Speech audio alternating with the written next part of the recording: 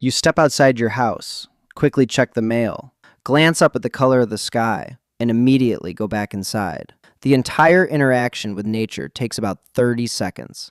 But for your ancient ancestors, there was no going inside. They lived outdoors every single hour of every single day.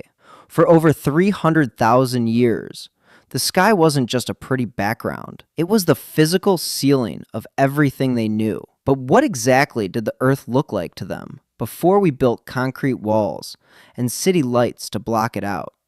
To understand this, we have to start with the night sky.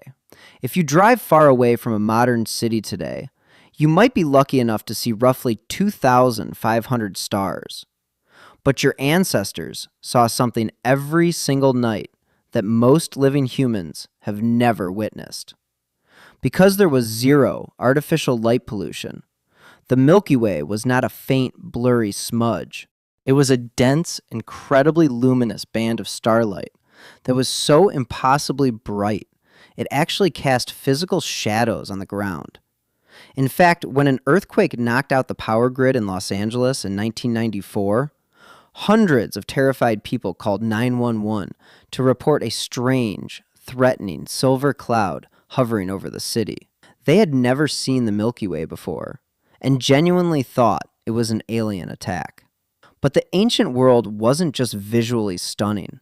It was a dense, living language. Anthropologist Wade Davis calls the collective environmental knowledge of traditional peoples the ethnosphere, arguing that losing this connection is just as tragic as burning down a rainforest. Ancient humans didn't just casually observe nature, they were fluent in it. For example, experienced trackers from the Hadza tribe in Tanzania can follow a wounded animal across dry, hard rock by reading microscopic disturbances in the dust, or noting the exact direction a single blade of grass was bent. They read the dirt with the exact same speed and ease that you are reading a text message right now. Meanwhile, Aboriginal Australians developed songlines, a massive navigational network where they encoded directions, ecology, and history into songs. A person could successfully navigate 3,000 kilometers of brutal desert simply by singing the correct verses that matched the landmarks and animal behaviors around them.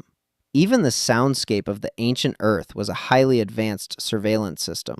Soundscape ecologist Bernie Krause estimates that 50% of the wild habitats he recorded in the 1970s are now completely acoustically silent because massive populations of insects, frogs, and birds have vanished. For our ancestors, this dense layer of animal noise was a critical radar. A sudden patch of silence during the day meant a predator was moving nearby.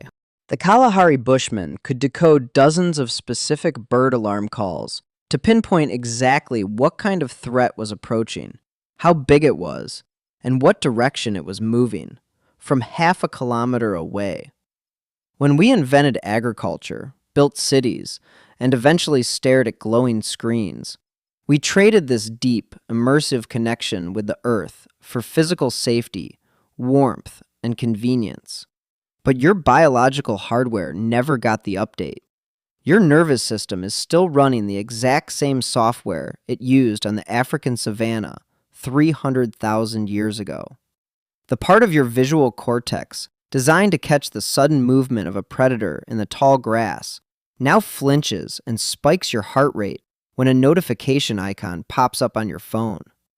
This massive mismatch in our environment is why modern humans are so stressed. A 2003 study by anthropologist Elizabeth Cashton revealed that hunter-gatherers experienced acute, short-term stress, followed by full physical recovery. Modern urban humans, however, suffer from chronic, low-grade stress, a permanent, humming threat response that never turns off. But there is a cure.